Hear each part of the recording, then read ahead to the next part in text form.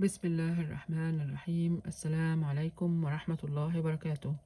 قال رسول الله صلى الله عليه وسلم: من استمع إلى حديث قوم وهم له كارهون أو يفرون منه صب في أذنه الآنك يوم القيامة.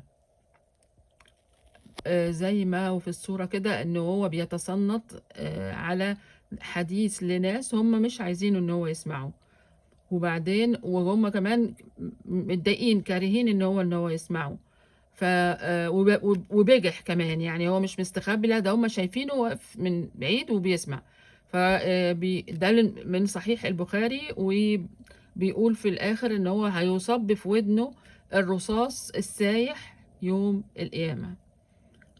نتيجة اللي هو عمله ده، هو فاكر ان هو بيعمل حاجات بسيطة يعني. هو طبعا بيعمل كده عشان ينقل الكلام برضو، فدول حاجتين مع بعض. هو مش هيسمعوا لله، يعني هيسمعوا عشان خاطر ينقلوا. وربنا يحفظنا جميعا.